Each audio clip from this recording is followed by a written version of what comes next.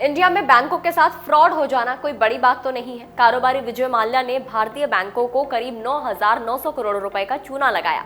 फिर हीरा कारोबारी नीरव मोदी ने पंजाब नेशनल बैंक को 13,540 करोड़ रुपए का झटका दिया था।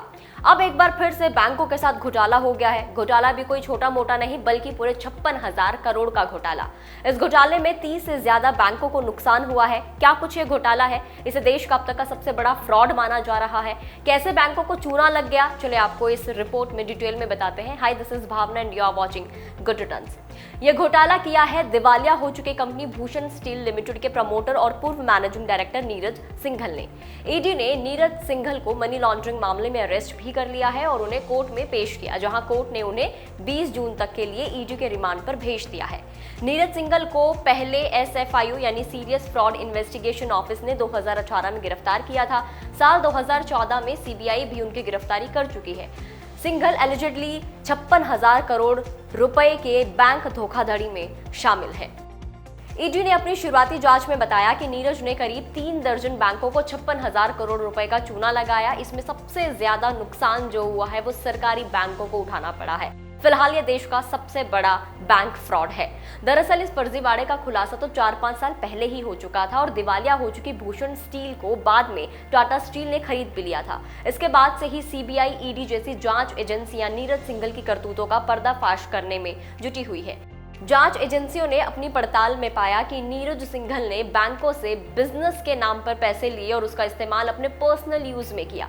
इसके लिए नीरज ने डमी यानी सेल कंपनियां बनाई और बैंकों से फंड को एक कंपनी से दूसरी कंपनी में ट्रांसफर करते हुए मल्टीपल एंट्रीज के जरिए उसे अपने पर्सनल यूज के लिए इन्वेस्ट कर दिया। बैंकों से लिए पैसों को बिजनेस में लगाने की बजाय उसने share market, mutual fund etcetera में निवेश किया। इसके अलावा बड़ी मात्रा में प्रॉपर्टीज खरीदी, महंगी कारें खरीदी, शॉपिंग की, महंगे सामान खरीदे और पर्सनल यूज के लिए सारा पैसा इस्तेमाल किया। इन्वेस्टिगेटिव एजेंसीज ने बताया कि नीरज ने फेक डॉक्यूमेंट्स के सहारे बैंकों से लोन उठाया है, भूषण स्टील के जरिए फेक लेटर्स ऑफ क्रेडिट बनाया और बैंकों से मोटा फंड लिया।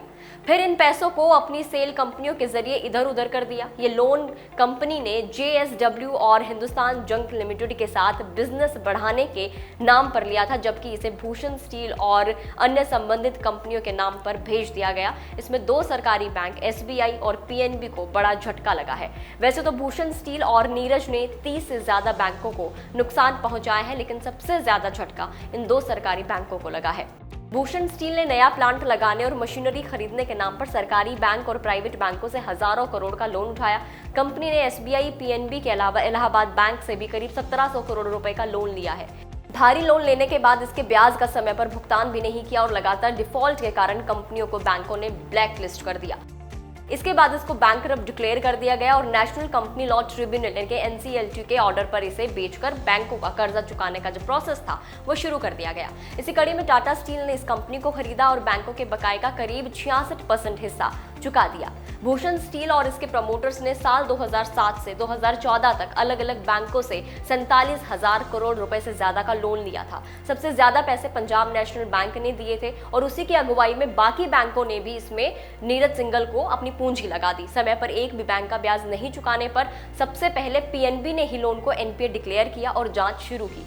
बैंकों ने पाया कि कंपनी ने लोन उठाने के लिए कई फर्जी दस्तावेजों का सहारा लिया है। PNB के बाद दूसरे बैंकों ने भी भूषण स्टील के खाते का NPA घोषित करने की प्रक्रिया शुरू कर दी।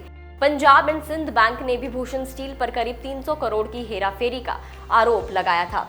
भूषण स्टील की बात करें तो नीरज सिंघल के पिता बृजभूषण सिंघल ने साल 1987 में भूषण स्टील की शुरुआत की। शुरुआत में वो दरवाजे के हैंडल, हैंगर आदि बनाते थे। साल 2003 में उन्होंने ओडिशा में बड़ा स्टील प्लांट लगाया। वो भूषण स्टील को देश की सबसे बड़ी स्टील कंपनी बनाना चाहते थे, लेकिन बेटे के हाथों में जब कमान आई तो नीरज ने इसका ज्यादातर हिस्सा पार्टी और फिजूल खर्ची में बिताया और अब नौबत यह आ गई, कंपनी भी दिवालिया हो चुकी है और इतना बड़ा फ्रॉड भी कर दिया गया है। इस मामले में आपको क्या लगता है कि आगे क्या होने वाला है? क्या कुछ कार्रवाई की जाएगी और बैंकों को ऐसा क्या करना चाहिए ताकि उन्हें बार बार चूना ना लगे? आप हमें कमेंट करके जरूर बताइए। इस वीडियो में इतना ही। जानकारी कैसी लगी आप ये भी हमें जरूर बता सकते हैं। वीडियो को शेयर करें। अगर आप फेसबुक पर हमें देख रहे हैं तो फेसबुक पेज को लाइक करें। अगर यूट्यूब पर देख रहे हैं तो गुड रिटर्न्स के यूट्यूब चैनल को सब्सक्राइब करना ना भूलें।